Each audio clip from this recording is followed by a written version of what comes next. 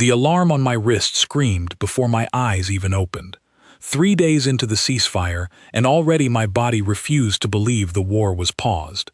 I rolled off my bunk on the transport ship Meridian and grabbed my jacket before my mind caught up with my hands. Commander Daniel Hartley was already at my door. His face told me everything before he said a word. "Admiral Voss, we have a problem on Ashkar 9, he said. "The listening post we were sent to clear. Life signs inside, 6 of them." "Kryzal soldiers?" I asked, already moving toward the shuttle bay. "No, ma'am, juveniles.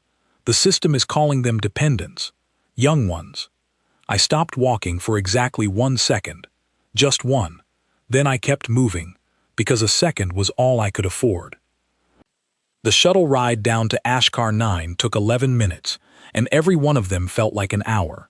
The moon was a broken thing, gray and cracked, scarred from 18 months of a war that neither side had won, and neither side had wanted to admit was unwinnable. The listening post below us had taken a direct hit 3 weeks earlier, before the ceasefire was even a rumor. Most of it was rubble now, but the scanners were clear. Something was alive down there. "Life signs are weakening," said Lieutenant Grace Sutton from the pilot seat. "Whatever they are, they don't have much time." I looked at the readout. Small heat signatures, clustered together in what used to be the post's lower level. 6 of them, barely flickering, like candles about to go out in the wind. "Take us down," I said. Hartley grabbed my arm before I reached the hatch. "Admiral, this is enemy territory. The ceasefire doesn't cover unauthorized entry into a Kryzal facility. If they think we're here to finish the job, then they'll think wrong," I said, "because we're not here to finish anything. We're here to stop something from ending." He didn't like it. I could see that in the way his jaw tightened, but he stepped aside because he had served under me for 4 years, and he knew when my mind was already made up. I went down alone.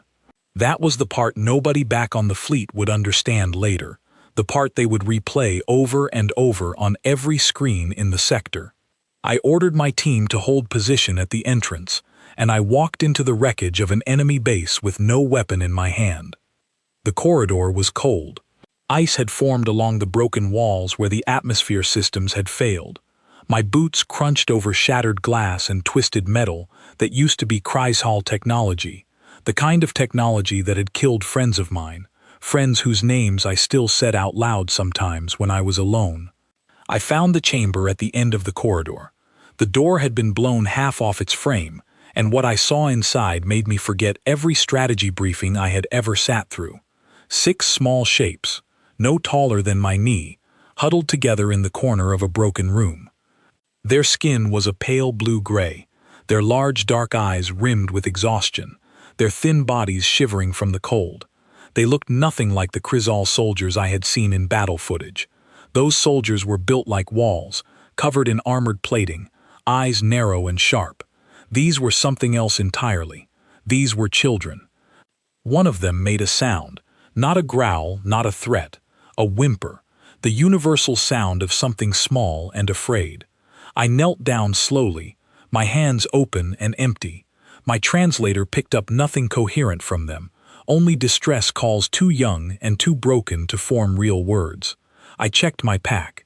I had emergency rations meant for human physiology, but I also had a container of neutral protein paste, the kind we carried for first contact situations where we didn't know what a species could safely eat.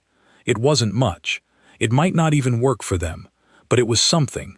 I opened the container and held it out on my palm. The nearest cub flinched back at first, then hunger won. It crept forward, sniffed at my hand, and finally took a small piece with fingers that trembled from cold and weakness. I watched it eat, and something inside my chest that had been locked tight since my daughter died 2 years earlier cracked open just slightly. I fed them one by one. It took almost 20 minutes.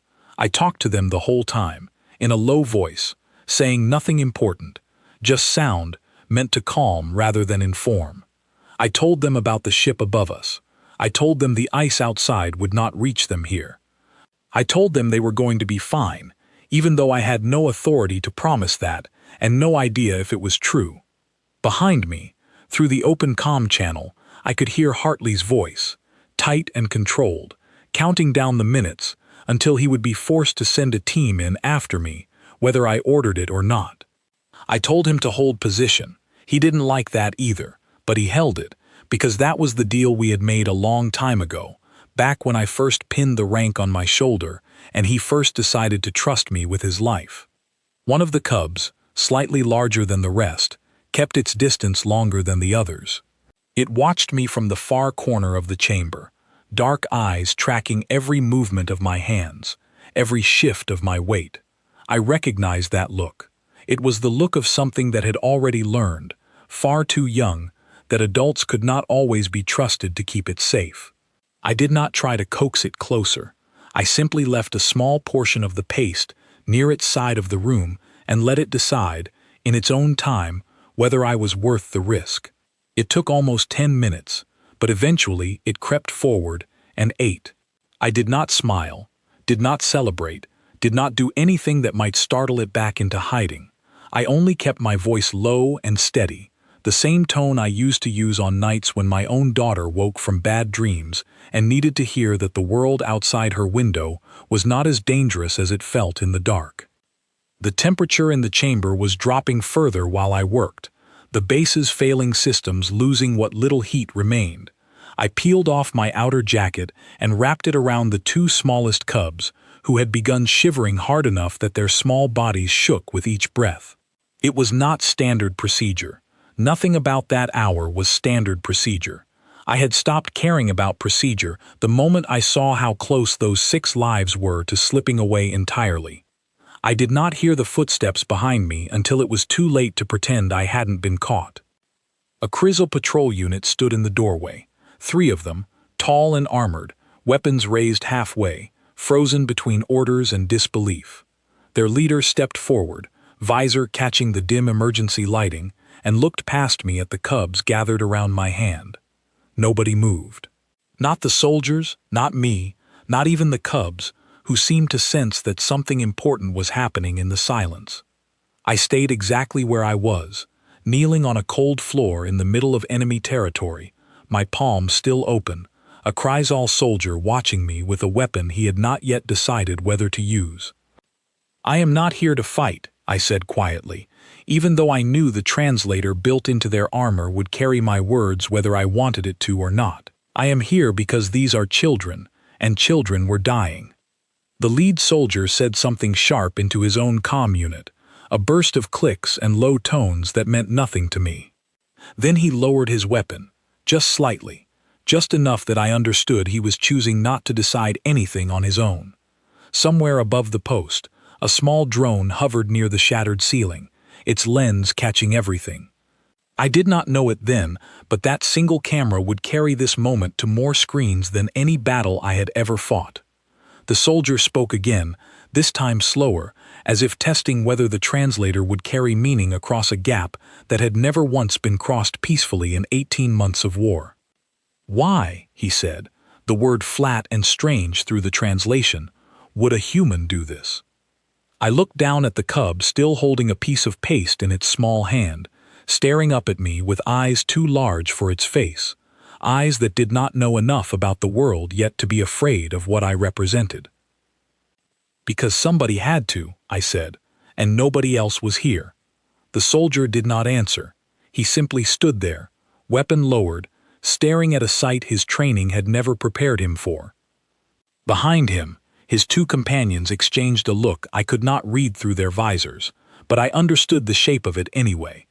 It was the look of people whose entire understanding of the enemy had just cracked, the same way mine had cracked 2 years earlier, the day I stopped hating the war and started simply wanting it to end. None of us knew yet that the drone footage was already climbing through the Kryzal communication network, racing toward command channels that had never once carried an image like this. None of us knew that within hours, 2 war councils on opposite sides of a conflict that had cost millions of lives would be staring at the same recording, unable to look away. The lead soldier finally spoke into his comm again, a shorter burst this time, and I watched his two companions lower their weapons the rest of the way, though none of them relaxed the way soldiers relax when a threat has genuinely passed. They remained wary, watching me with an intensity that told me they were recording every second of this for their own command structure, the way I would have done in their position. "You will remain here," the lead soldier said through the translator, "until my superiors decide what is to be done." "I'm not going anywhere," I told him, and I meant it in more ways than one. I had 6 children still finishing the last of the paste in my hand, and I was not about to abandon them now simply because the situation had grown more complicated than I anticipated. We stayed like that for nearly 40 minutes, an uneasy standoff in a broken room on a frozen moon. 3 armed Kryzal soldiers watching a human admiral feed 6 of their own children, none of us quite certain what came next. Hartley's voice crackled in my ear twice more, requesting updates, and twice more I told him to hold, though I could hear the strain building in his tone with each exchange. Eventually, a Kryzal medical team arrived, summoned by the patrol's report, and I stepped back to let them work, watching carefully to make sure the cubs were handled gently. They were. Whatever else I did not understand about the Dominion, I understood in that moment that they cared for their young the same way we cared for ours, fiercely and without hesitation once the danger was recognized. All I knew, kneeling there in the cold with 6 small lives steadying beneath my hands, was that I had made a choice nobody had authorized, and there was no taking it back now. And somewhere above the wreckage, that small recording drone continued transmitting everything it had captured, carrying the moment far beyond anything I could have controlled even if I had wanted to. The recall order reached me before my shuttle even docked with the Meridian. I was to report to the flagship Solus immediately, in full uniform, for what the message called a review of conduct. I had heard that phrase before, back when I was young in the fleet, and it never meant a friendly conversation. Commander Hartley walked beside me through the Solus corridors, his face pale under the harsh white lights. "They already have the footage," he said. "It went out through Kryzal channels first, then somebody on our side intercepted it. It's on every screen in the sector by now." "Good," I said. "Let them see it. Admiral, with respect, this could end your career. Some people are calling it a security breach. Others are calling it treason. And what are you calling it, Daniel?" He was quiet for a long moment. "I'm calling it the first thing that's made sense to me in 18 months. The review chamber was full when I entered. 12 officers sat along the curved table, led by Fleet Admiral Peter Whitfield, a man I had served under for a decade and respected more than almost anyone in the service.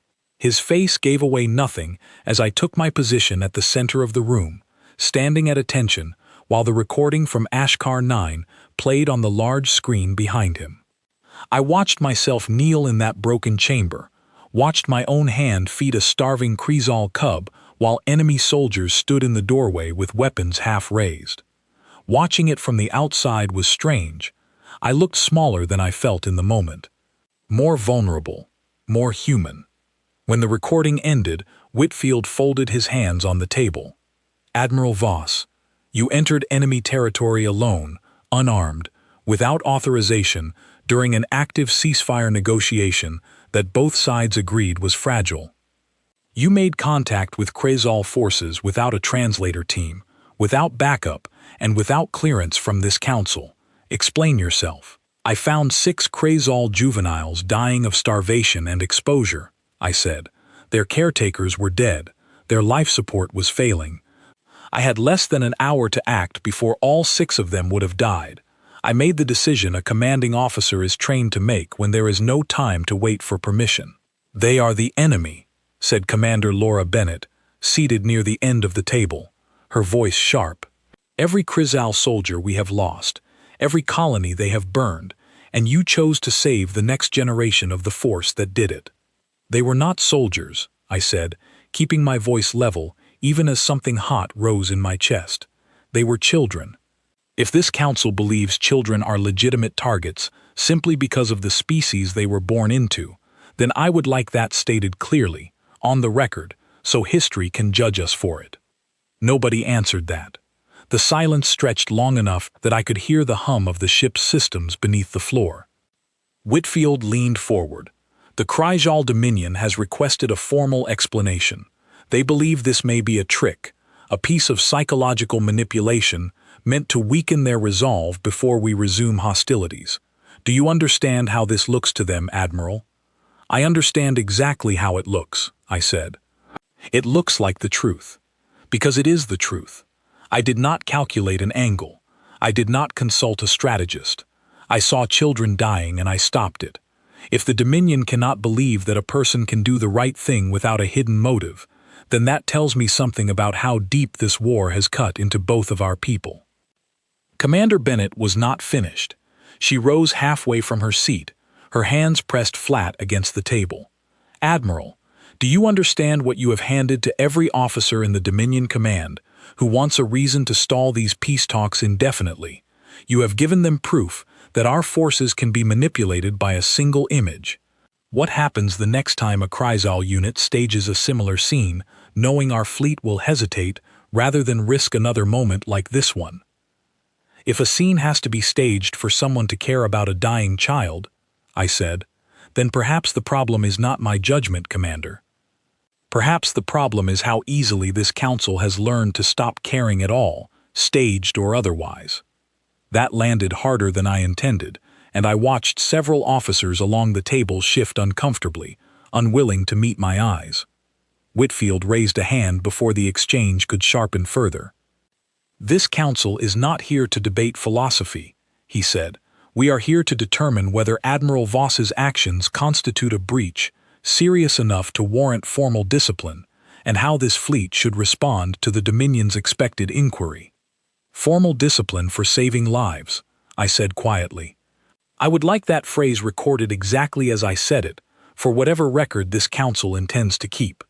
A younger officer near the back, Ensign Oliver Bates, spoke up hesitantly. Sir, if I may, the public reaction on the civilian networks has been significant. People are calling her the Admiral of Ashkar 9. There are already artists making images of the moment. Some of the veteran support groups are saying it's the first hopeful thing they've seen since the war started. Whitfield's expression flickered, just slightly at that. He looked at me for a long moment, and I saw something behind his eyes that wasn't quite anger anymore. You put this council in an impossible position, Elena, he said, dropping the formality for just a breath. The Dominion War Council is meeting in 6 hours to decide how to respond. If they decide this was some kind of provocation, the ceasefire could collapse by morning. Then send me to speak with them, I said. Let me explain it myself, face to face, instead of letting a recording speak for me. That is not how negotiations work, said Bennett. You are not a diplomat. No, I agreed. I am a soldier who is tired of watching soldiers die for reasons that stopped making sense a long time ago. Maybe that makes me exactly the wrong person to send, or maybe it makes me the only person who can say something true enough for them to believe. Whitfield was silent for a long time. Then he stood, and the rest of the room stood with him out of habit more than respect. This council will reconvene in 3 hours, he said. Until then, Admiral Voss is confined to quarters pending further review. As the officers filed out, Hartley lingered behind, waiting until the room had mostly emptied before speaking quietly. For what it's worth, he said, I think you did the right thing. It doesn't matter what I think anymore, I said. It matters what they think, on both sides. Confined to my quarters, I spent the next hour replaying the hearing in my mind, wondering if I had said too much, or not enough, or whether any of it would matter once the Dominion Council reached its own conclusions. My quarters aboard the Solace were small, functional, nothing like the spacious command suite I had once been offered on my first flagship years earlier, back before the war had taught the fleet to economize on everything, including comfort for its senior officers. I thought about my daughter, the way I always did in quiet moments I could not fill with work. Her name was Charlotte, and she had wanted to be a marine biologist, of all things fascinated by creatures that lived in Earth's deepest oceans, places even the fleet's advanced scanners struggled to fully map. She used to tell me, half joking, that the ocean was humanity's last true unknown, more mysterious in some ways than the space we had already conquered. I wondered sometimes what she would have thought of the Kryzal, of a war fought across the stars against a people we barely understood, of 6 small children whose only crime was being born on the wrong side of a mistake 2 governments made before either of them could speak. A knock interrupted my thoughts. It was Ensign Bates, the young officer who had spoken up during the hearing, standing nervously in my doorway with a data pad in his hand. "Admiral, I'm not supposed to be here," he said quickly, "but I thought you should see this before the council reconvenes." He showed me the pad. Civilian networks across 3 colony worlds had picked up the footage independently, and public reaction was overwhelming.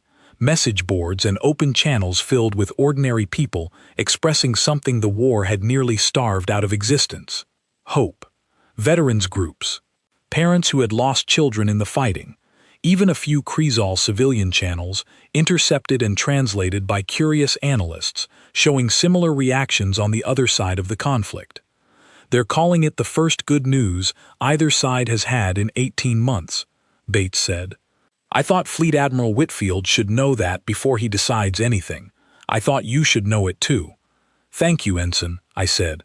"That took courage coming here." "With respect, Admiral," he said, "what you did on that moon took a lot more." Light years away, in a location no human star chart properly mapped, the Kryzal War Council was gathering in a chamber built from black stone and cold light. First Speaker Thal Korik stood before his own leadership, watching the same recording I had just watched, except through very different eyes. Korik had lost his younger sibling in the 2nd year of the war, killed during a human strike on a supply convoy, that history would later record as a tragic accident, and that Korik privately still questioned. He had built the last 18 months of his life around the belief that humans were capable of exactly 2 things: violence and deception, sometimes both at once, wrapped in language meant to sound gentle. The recording did not fit that belief. He watched it 3 times before he spoke. "This is a trick," said War Marshal Charles Pemberton's counterpart, a heavy-set Kryzal officer named Van Dorish, his voice thick with suspicion. "They know we recovered the footage. This is designed to make us hesitate before the ceasefire talks resume. Sympathy as a weapon." "If it is a trick," Korik said slowly, "it is a strange one. A trick requires an audience prepared to believe it. Our people do not believe human kindness exists. This recording will not convince them of anything except that the humans are cleverer than we thought." "Then what do you believe it is?" asked Duresh. Korik did not answer immediately. He replayed the final seconds of the footage, the moment where the human admiral knelt on a cold floor and spoke words that the translator carried imperfectly but clearly enough. Because somebody had to, and nobody else was here. "I believe," Korik said finally, "that I do not know what it is, and that troubles me more than if I were certain it was a lie." A junior officer, named Sela Tavrin, seated near the edge of the chamber, spoke up cautiously, her voice barely above a whisper, in a room full of senior leadership. "First Speaker, if I may, my own creche unit was nearly lost during the assault on the eastern colonies. I remember what it felt like, waiting for help that might not come in time. If a human had done for my unit what this admiral did on Ashkar 9, I do not think I would have cared what flag she served." Doresh shot her a sharp look, and she fell silent immediately, though Korik noted the comment with a small, deliberate nod that told her she had not spoken out of turn, whatever the rest of the room's reaction suggested. The council argued for nearly 2 hours. Some wanted to demand the admiral's surrender as a war criminal for trespassing on Dominion territory. Others wanted to use the footage as proof of human weakness, evidence that we could be manipulated through sentiment. A smaller group, quiet and cautious, wondered aloud whether this was the first honest thing either side had done since the war began. Korik listened to all of it without speaking again until the end, when he finally raised a hand for silence. "I request permission," he said, "to meet with this human admiral myself, not through recordings, not through intermediaries. I will look at her directly, and I will know, the way our people have always known, whether what I see is truth or performance. Dorish objected immediately. That is not your place, first speaker. Send an interrogator. An interrogator will see a liar, because he expects to find one, Korik said. I will see what is actually there. The council was silent for a long moment before granting the request, more out of exhaustion than agreement. Word was sent through the neutral relay station orbiting the border, the same station where human and Kryzal diplomats had failed to make real progress for 6 months. Back on the Solus, I received the message less than an hour after my confinement began. Fleet Admiral Whitfield delivered it himself, standing in the doorway of my quarters with an expression I had never seen him wear before, something between disbelief and cautious hope. The Kryzal first speaker has requested a private meeting with you, he said. No cameras, no guards beyond standard security, just the two of you. When? I asked. Tomorrow, at the Halden relay station. He paused. Elena, I don't know what you started on that moon, but it's bigger than either of us now. I looked past him, out the small window of my quarters, toward the dark stretch of space that had swallowed so many good people over the last 18 months. Somewhere out there, a man named Korik was preparing to look me in the eyes and decide whether he believed I was capable of mercy. I intended to make sure he did. The Halden relay station hung in the black between two dying stars, a piece of neutral ground built decades earlier for exactly this kind of impossible meeting, back when the architects still believed diplomacy might prevent the war rather than end it. I had never set foot on it before. Walking through its curved corridors, I felt the weight of every failed negotiation that had happened there before me. Commander Hartley walked at my side until we reached the meeting chamber doors, where station security informed him, politely but firmly, that only I would be permitted inside.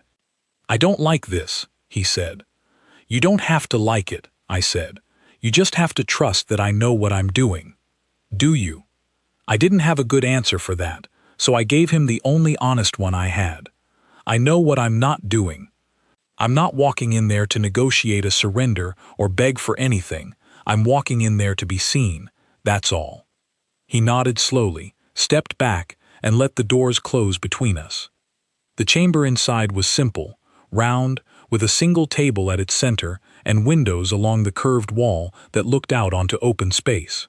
Thal Korik was already there when I entered, standing near the window with his back to the door, tall even by Kryzal standards, his pale gray skin marked with the ceremonial lines that I would later learn denoted rank among his people, the way rows of medals denoted mine. He turned when he heard me enter. Up close, without the armor and weapons of the patrol unit on Ashkar 9, he looked less like the monster the war propaganda on both sides had built, and more like what he actually was, a person carrying an exhaustion that mirrored my own. Admiral Voss, he said, the translator device on his collar, rendering his words in careful, measured English. First Speaker Korik, I said, thank you for agreeing to this. I did not agree to a pleasant conversation, he said. I agreed to see the truth for myself. That's fair, I said. Ask me anything. He studied me for a long moment before speaking again. Why did you feed them?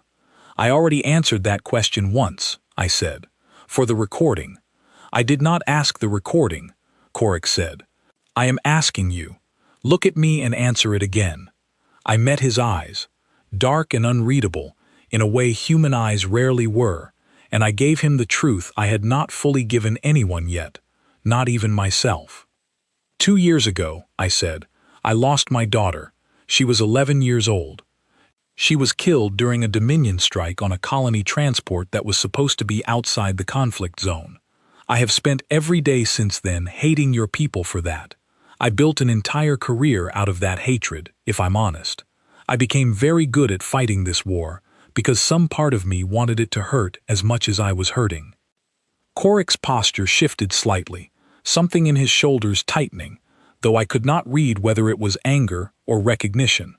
When I found those cubs on Ashkar 9, I continued, starving, alone, dying in the wreckage of a base my own fleet helped destroy, I had a choice, I could let my hatred decide what happened next, or I could remember what it felt like to lose a child and refuse to let it happen to someone else, even someone who belonged to the people I blamed. I chose the second thing, not because I calculated an advantage, because I couldn't live with myself if I chose the first. The chamber was silent except for the low hum of the station's life support systems. Korik walked slowly to the table and lowered himself into the seat across from me, a gesture that felt, even without understanding Kryzal customs, like something significant. "I lost a sibling," he said quietly, 2 years ago as well, during what your fleet records call an accidental strike on a supply convoy. I do not believe it was an accident. I have spent 2 years certain of that. "I don't know the details of that strike," I said honestly. "I won't pretend to, but I know that war makes accidents out of things that should never have happened, and it makes intentional acts out of things that never should have been ordered. I've seen both. I've probably been responsible for both, somewhere along the way, without ever being told the full truth of it." Korik was quiet for a long time, his hands folded on the table between us. "Our people have a saying," he said finally. "A wound given in anger heals faster than a wound given by mistake, because at least anger admits what it has done. Mistakes hide behind excuses forever." "I don't have an excuse for my daughter's death," I said. "I have grief. That's different." "Yes," Korik said, "it is." We sat in silence after that, neither of us rushing to fill the space, and I found something strange happening inside me. For the first time in 2 years, sitting across from a man whose people I had every reason to despise, I did not feel the familiar tightness of rage climbing up my throat. I felt something closer to recognition. He was carrying the same weight I was. He had simply been carrying it in a different direction. "Why did your council send you here alone?" I asked, instead of sending an interrogator, as I'm sure some of them wanted.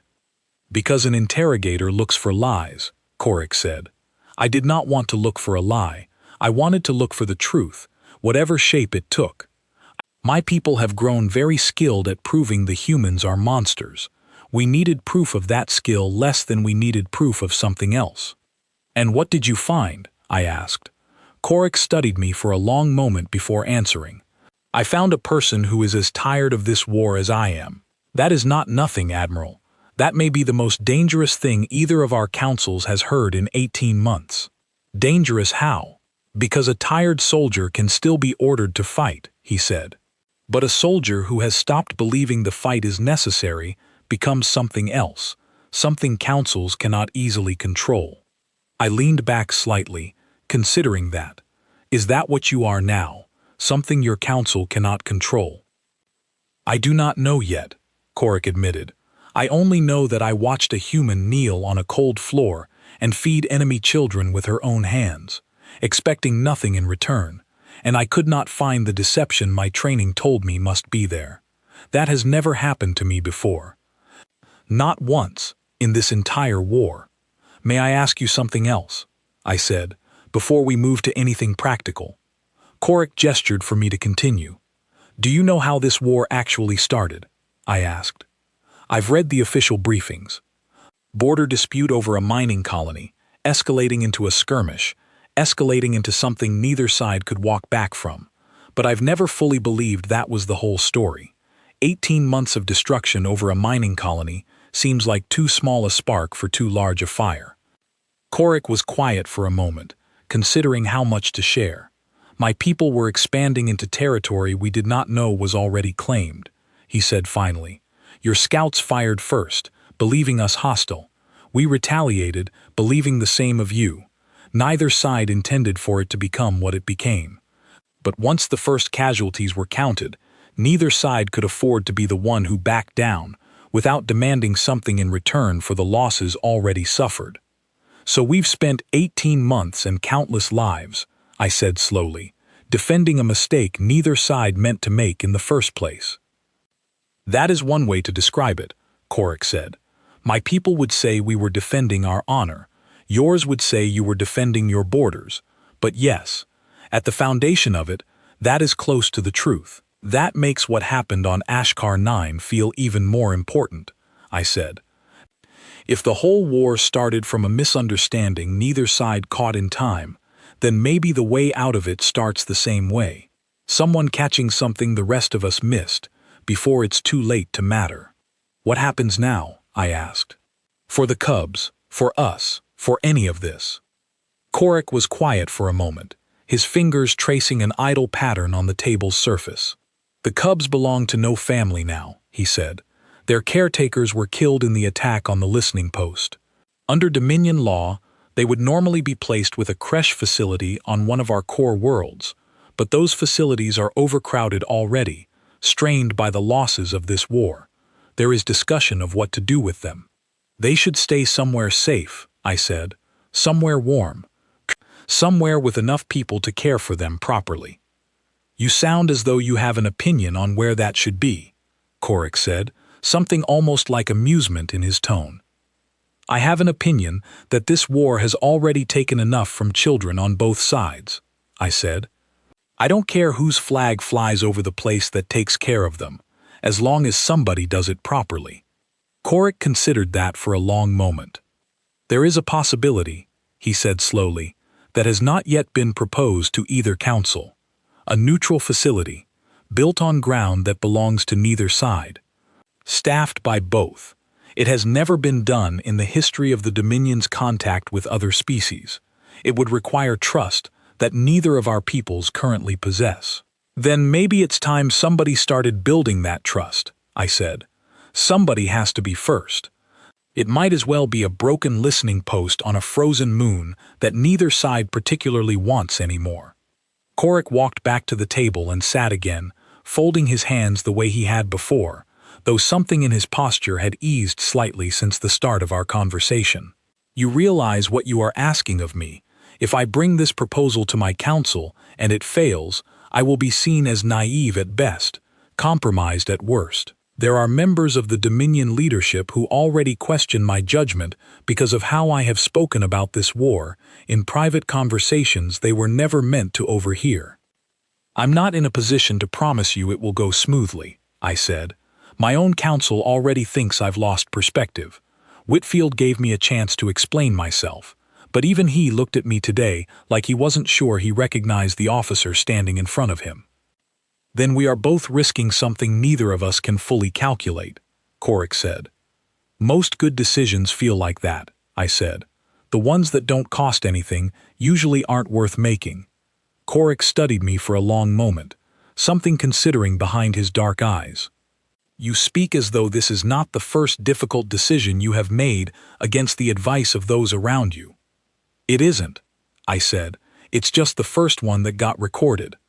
Korik looked at me for a long moment, something shifting behind his dark eyes. You are proposing this seriously. I am, I said. I don't have the authority to make it happen alone. Neither do you. But if we both walk into our councils and say the same thing, together, it becomes harder for either side to dismiss it as manipulation. My council will call this weakness, Korik said. Mine will call it insubordination, I said. We'll both survive worse names than that if it means 6 children get to grow up somewhere safe instead of becoming the next generation raised to hate each other before they even understand why. Korik rose from the table and walked back to the window, looking out at the dark stretch of space between the 2 dying stars. There has never been a joint session of both war councils in the history of this conflict, he said. Every negotiation has happened through intermediaries, translators, distance. Always distance. Maybe that's part of the problem, I said, joining him at the window. It's easy to keep hating someone you've never had to look at directly. You are asking me to request something my council has never granted anyone, Korik said. A joint session, both leaderships in the same room, without the buffer of distance they have relied on since the war began. I'm asking because I think it's the only way either side will actually believe what happened on Ashkar 9 wasn't a trick, I said. You saw it yourself, close up, and you still needed to look me in the eyes to be sure. Your counsel and mine deserve the same chance, even if most of them won't take it well. Korik turned from the window to look at me fully. You understand that if this fails, it may be the last chance either side gets. If a joint session collapses into accusation and anger, the ceasefire may not survive it. I understand, I said. I also understand that if we never try, the ceasefire probably won't survive anyway. It's already fragile. 6 children in a listening post on Ashkar 9 might be the only reason it's held this long at all. Korik was silent for a long moment, and I watched something settle in his expression, a decision forming behind eyes that had spent 2 years trained to see only the enemy in every human face. I will bring this to my council, he said finally. I cannot promise they will listen, but I will not pretend I did not come here today and find something I did not expect to find. That's all I'm asking, I said. He extended a hand toward me then, a gesture I later learned was not native to Kreesal culture at all, something he must have studied from human records in preparation for this meeting, a small effort to meet me halfway in a language neither of us had been raised speaking. Before I left the chamber, Korik stopped me at the door, his hand not quite touching my shoulder, hovering there as though he had not decided whether the gesture belonged to our two cultures equally. Admiral, he said, when you return to your fleet, they will ask you what I said, what I promised, what concessions I offered. They will want a report they can measure and file away. I know, I said. Tell them the truth, he said. Tell them I offered nothing except my word that I would try. It is not much, but among my people, a first speaker's word, once given plainly and without witnesses to perform for, is rarely broken. I'll tell them exactly that, I said. I imagine mine will find it just as unsatisfying as yours will. Then we will have given both our councils the same small discomfort, Korik said, something almost like humor in his voice. That seems fitting, for two peoples who have spent so long finding new ways to hurt each other equally. I took his hand and shook it, the first handshake between a human admiral and a Kreesal first speaker in the entire history of the war, and neither of us said anything else, because for once, there was nothing left that needed saying. Word of the proposed joint session spread faster than either Korik or I expected. Within 2 days, both councils had reluctantly agreed to meet, though the agreement came wrapped in warnings from both sides that the session would focus strictly on ceasefire violations and nothing more. Nobody wanted to admit, at least not officially, that the real reason for the meeting was 6 starving children and the strange thing that had happened between an admiral and a first speaker in a quiet room on a relay station. The chamber chosen for the session was the largest neutral space available, a circular hall aboard the Halden relay station built decades earlier and never once used for its intended purpose. Human officers filed in on one side, Kreesal officials on the other, the two groups eyeing each other across a gap that felt wider than the actual distance between the seats. Fleet Admiral Whitfield sat near the center of the human delegation, his expression carefully neutral. Commander Laura Bennett sat beside him, arms crossed, her skepticism visible even from across the room. On the Kreesal side, War Marshal Van Dorish occupied the position of highest visible authority, his posture rigid, his eyes sharp with distrust that had not softened in the days since the footage first appeared. I stood near the center of the chamber, not seated with either delegation, and Korik stood a short distance away, mirroring my position. It had been his idea, actually, that neither of us should sit with our own councils for this. If we were going to ask both sides to see something different, we needed to stand somewhere different too. Whitfield opened the session formally, his voice carrying the practiced calm of a man who had spent decades in rooms like this one. This session is convened to discuss the circumstances surrounding the incident at Ashkar 9 and its implications for the continuation of the ceasefire. Dorish spoke next, his translated voice flat and hard. The Dominion Council considers the unauthorized entry of a human officer onto Dominion territory to be a violation of the ceasefire terms, regardless of the stated intentions behind it. The stated intentions saved 6 lives, I said, stepping forward before anyone could stop me. I understand this council has concerns about protocol. I share some of them myself. But I would ask everyone in this room to consider what those 6 lives would have meant if I had followed protocol instead of acting. Sentiment is not a substitute for security, Bennett said sharply. You cannot build policy around a single emotional moment, Admiral, however it played out on camera. I'm not asking anyone to build policy around emotion, I said. I'm asking this council to look honestly at what has actually happened over the last 18 months. We have both lost more than either side can properly count. Soldiers, colonists, children who were never anywhere near a battlefield but died anyway, because war does not stay confined to the places we plan for it. I found 6 children who survived that, barely, and I made a choice to keep them alive. I would make that same choice again, in front of every person in this room, without hesitation. The chamber was quiet for a moment. Then Doresh spoke again, his voice low and controlled but carrying an edge I recognized, the edge of someone defending a wound they had never let heal. You speak easily of children, Admiral. Where was this concern when human forces struck the supply convoy that killed First Speaker Korik's own sibling?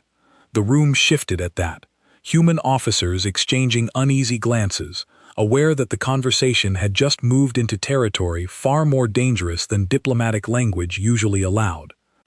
I did not look away from Doresh. I was not the officer who ordered that strike, I said. I do not know all the details of what happened, and I will not pretend I do. But I know this. If that strike was a mistake, it deserves an honest accounting, not silence. And if it was intentional, it deserves the same. Pretending it never happened does not honor First Speaker Korik's loss. It only buries it under more silence, the same silence that has let this war continue long after both sides stopped remembering why they were still fighting it. Korik stepped forward then, and the chamber's attention shifted entirely to him. For a long moment he said nothing, simply looking at the gathered officials on both sides, human and Kryzal alike.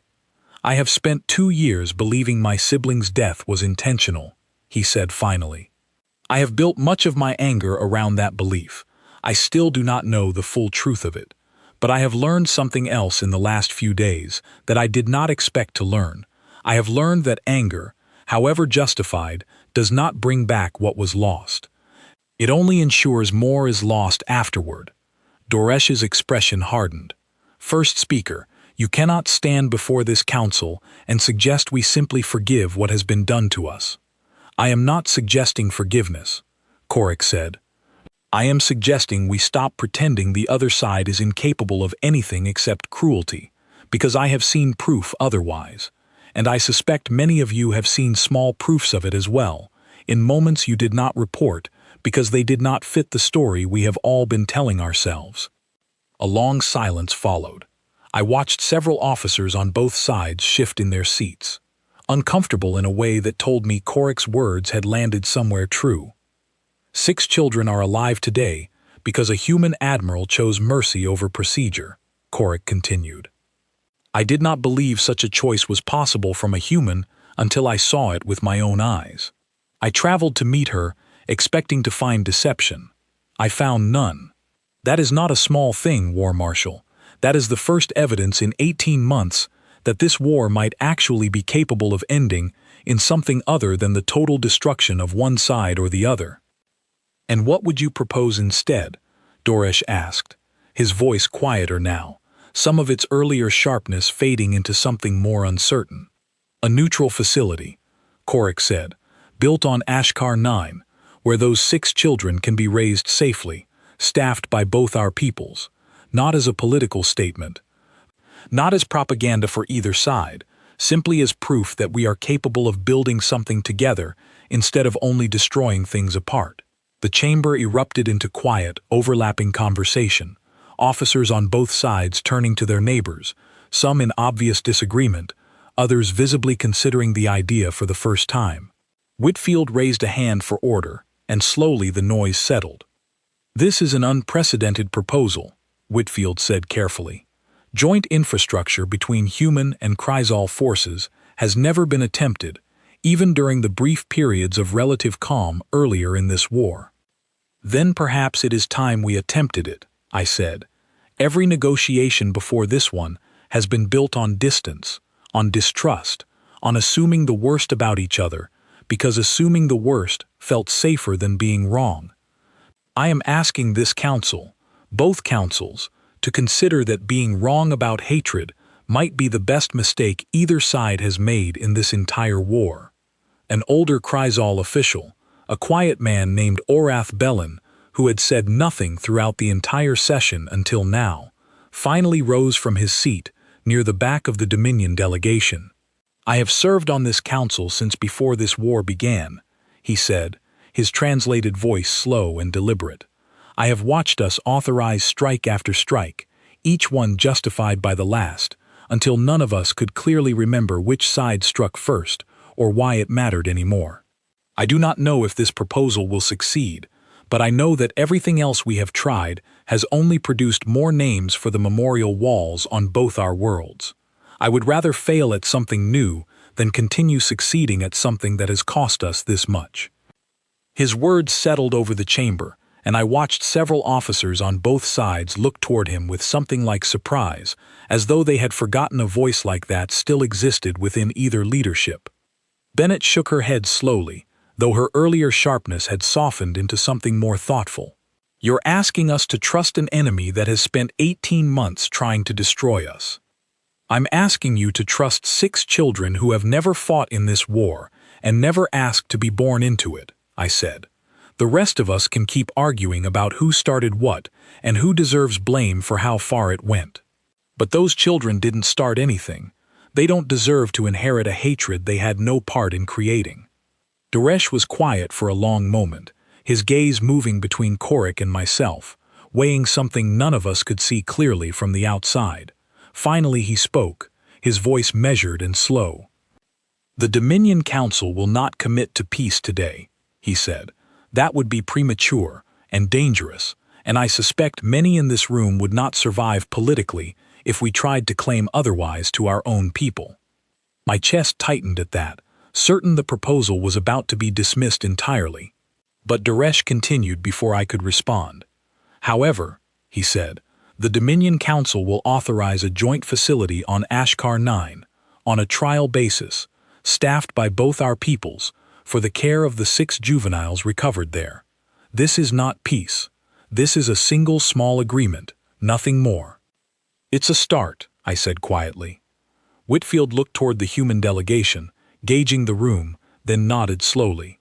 "The Terran fleet will authorize the same, on the same trial basis. Commander Hartley will coordinate logistics with whatever Dominion officer is assigned to the project."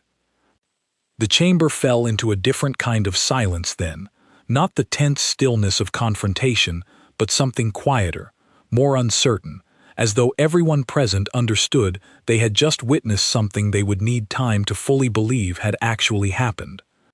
I looked across the room at Korik, and for the first time since the war began, I saw something in his expression that looked almost like relief. "It is not everything," he said quietly, stepping closer as the chamber began to empty around us. "No," I agreed, "but it's more than either of us had this morning. My council will not forget this easily," he said. "Duresh agreed today, but there will be resistance, voices louder than his, demanding this be reversed." "Mine too," I said. Whitfield gave his approval, "but there are people on my side who will spend the next month trying to find a way to walk it back." "Then we will need to make certain it cannot be walked back," Korik said. "Not through argument, through proof. The facility must succeed, visibly, undeniably, so that even the loudest voices on both sides find it harder to argue against something that is already working." Orath Bellin approached us as the chamber continued to empty, his pace slow and deliberate, the pace of a man who had learned patience the hard way over many years of service. "First speaker," he said, nodding to Korik before turning to me. "Admiral, I do not know if history will remember this session kindly, but I suspect it will remember it as the day this war stopped feeling permanent." "I hope you're right," I said. "So do I," Bellin said. "I have buried too many young officers under the belief that this conflict could only end one way. It is a strange relief, at my age, to consider that I might have been wrong about that." He walked away before either of us could respond, disappearing into the thinning crowd of officials still processing what had just happened. Korik watched him go with an expression I could not fully read. "He rarely speaks in council sessions," Korik said quietly.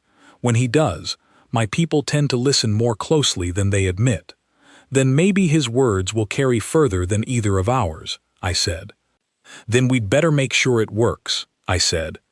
Korik extended his hand again, and this time the gesture felt less like an unfamiliar custom borrowed for my benefit, and more like something he had decided, on his own, was worth doing.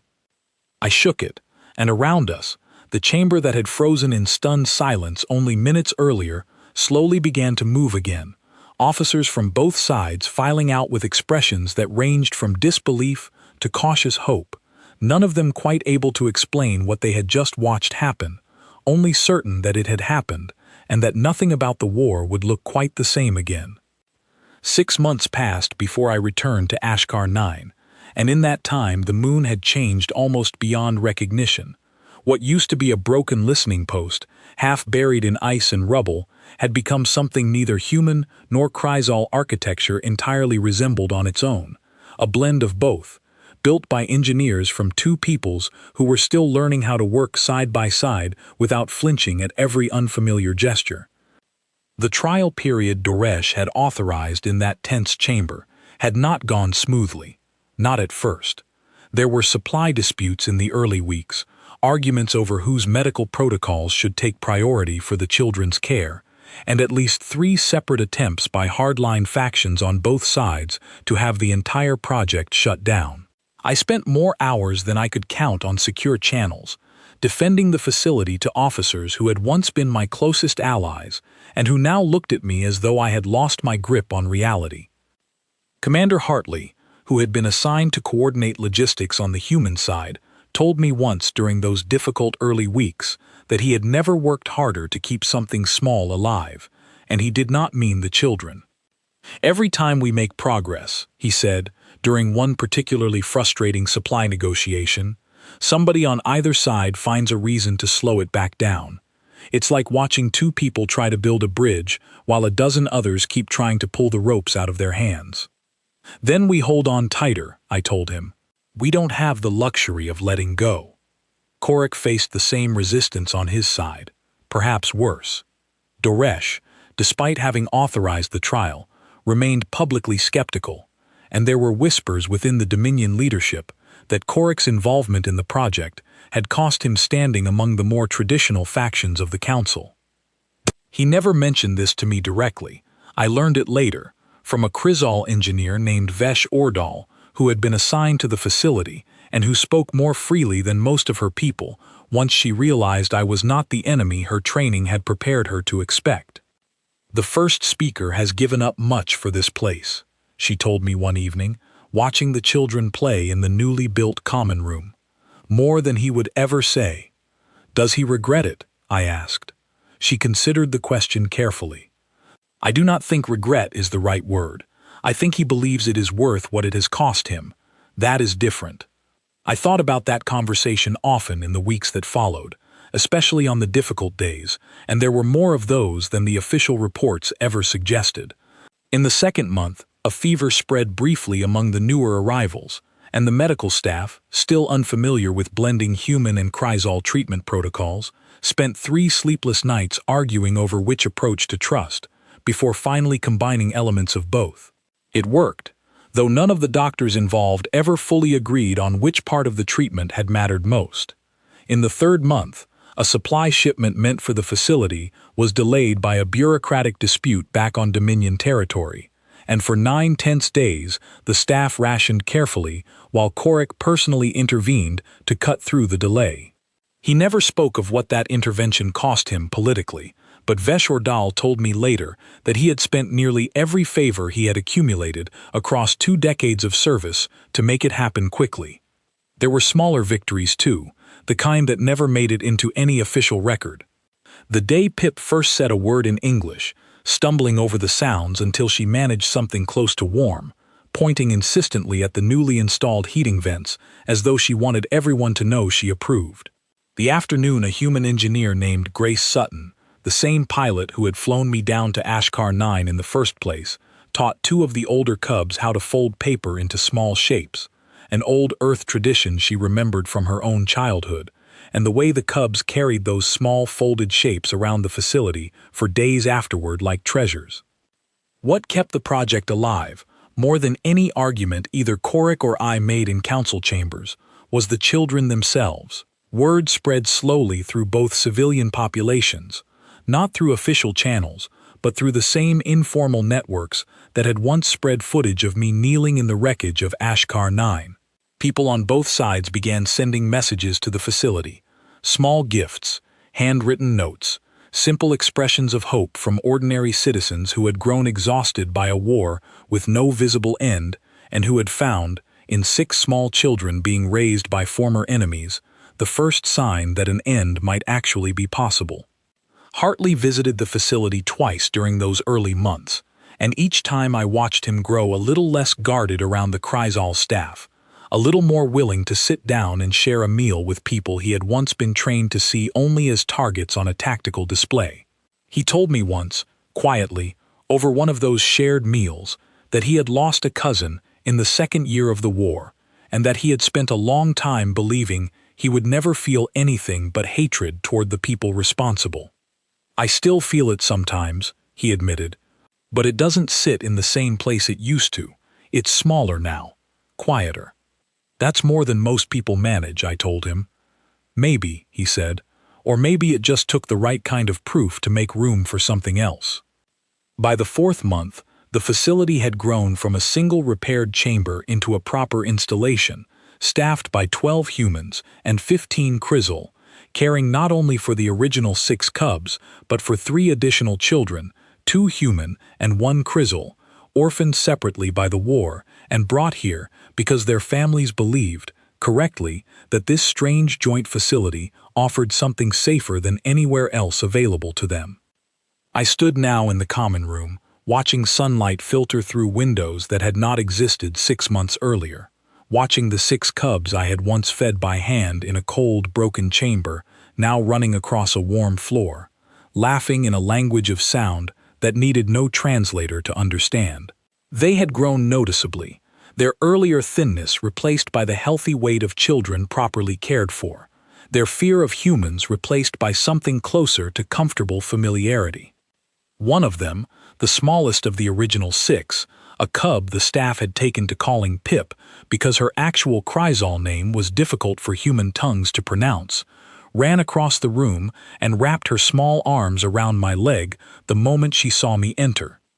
"She has been waiting for you," said a voice behind me, and I turned to find Korik standing in the doorway, watching the scene with an expression I had rarely seen on him during our earliest meetings, something open and unguarded.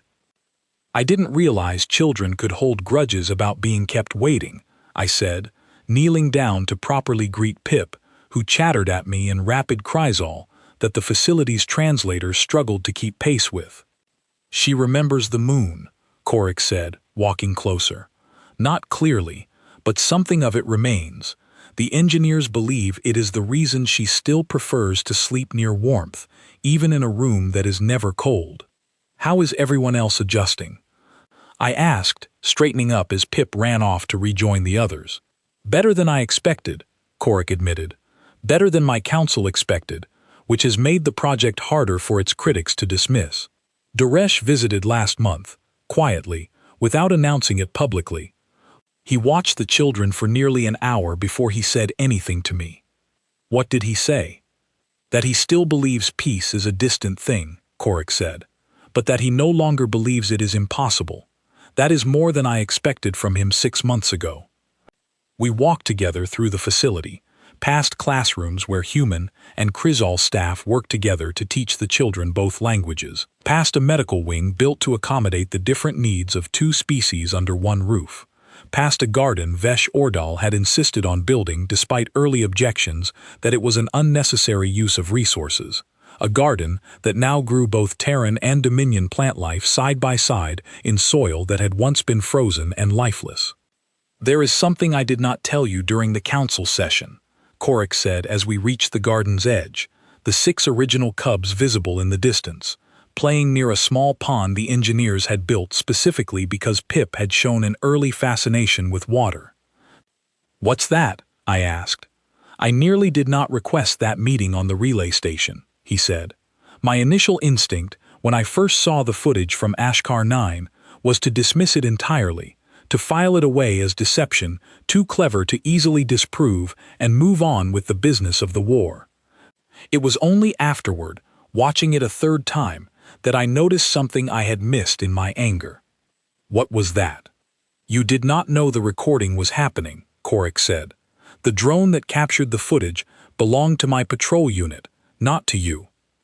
If this had truly been a performance designed to manipulate my people, you would have needed to know you were being filmed. You did not. I confirmed this later, through the patrol's own logs. You believed, in that moment, that no one was watching at all." I hadn't considered that detail before, though now that he said it, I remembered clearly the shock of turning and finding the patrol unit already in the doorway. No warning, no chance to have staged anything even if I had wanted to. "That was the moment I decided to request the meeting," Korik continued. "Not the footage itself, the realization that it had never been meant for an audience at all." We stood together at the garden's edge for a long moment, watching the children play in a place that had once been rubble and ice, now something else entirely, something neither of our peoples had a proper word for yet. "There's a ceremony back on Earth," I said eventually. "A small tradition, mostly forgotten now, where you plant a tree to mark something you hope will outlast you. I've been thinking about it since Pip and the others arrived here." "Kryzal culture has something similar," Korik said. "A stone placed at the center of a new settlement, meant to remind future generations of what the settlement was built to honor." "Maybe this place needs both," I said. "A tree and a stone, side by side, the way everything else here has ended up." Korik considered this for a moment, then nodded slowly. "I will speak with the engineers. It seems a fitting addition." We planted the tree ourselves the following week, a young sapling brought from a Terran colony world. Its roots settled into soil that mixed both human and Kryzal minerals for the first time in recorded history. Beside it, Korik placed a smooth gray stone carved with symbols from his own language, and beneath those symbols, at his request, an engineer added a short line of English translation so that both peoples could understand what the stone was meant to say. "Built by those who chose to see each other clearly." The 6 original cubs gathered around the small ceremony, along with the 3 newer children and most of the facility's staff, human and Kryzal alike standing together in a garden that should not have existed according to 18 months of war logic, and yet did exist, growing quietly beneath a sky that no longer felt entirely hostile. I thought often, in the months that followed, about the moment the War Council had frozen, the exact second when officers on both sides had watched a recording of a single quiet choice and found themselves unable to look away. I understood now what that freeze had actually been. It was not shock at what I had done. It was recognition, buried deep beneath years of hardened distrust, of something both sides had almost forgotten they were still capable of wanting. Peace did not arrive all at once, and I never pretended it would. The war did not end because of 6 children and a garden built on a frozen moon. There were still battles fought in other sectors, still losses on both sides that no single facility could undo, still hardliners in both councils who worked quietly to see the entire project fail. But something had shifted, permanently, in the space between our two peoples, a small crack of possibility where before there had only been the certainty of endless conflict. Standing in that garden, watching Pip chase the others around the newly planted tree, while Korik looked on with an expression I had learned to recognize as something close to hope, I understood that I had not simply saved 6 lives on a broken moon 6 months earlier. I had shown both sides of an exhausted war something they desperately needed to see, whether they were ready for it or not. Later that evening, after most of the staff and children had gone in for the night, I found myself alone at the garden's edge with Korik, the sky above Ashkar 9 clearer than I had ever seen it during the war.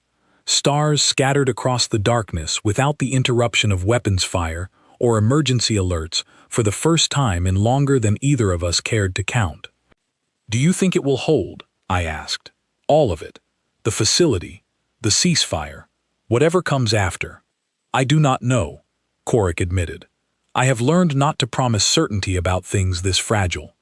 But I know that 6 months ago, I would not have believed I could stand here, in this place, beside a human, and feel anything close to peace. And yet here I am. Here we both are, I said. Perhaps that is enough for tonight, Korik said. Tomorrow will bring its own difficulties. It always has, since this war began. But tonight, the children are sleeping safely, the tree is growing, and the stone still says what we meant it to say. I looked back toward the facility's lights, warm and steady against the dark moon that had once nearly become a graveyard for 6 small lives, and I let myself, for just a moment, believe that Korik was right. Whitfield sent a message 2 days later, brief and formal as always, informing me that the trial period had been extended indefinitely, and that a second facility was already under discussion for a different contested moon further along the border.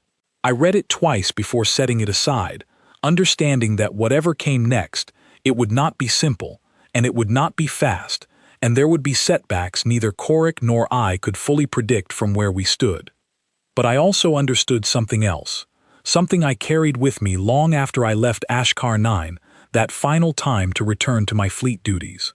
That mercy was not weakness, that an enemy's child was still simply a child, and that peace, however distant it still remained, always had to begin with someone choosing, in a single unwatched moment, to be kind anyway.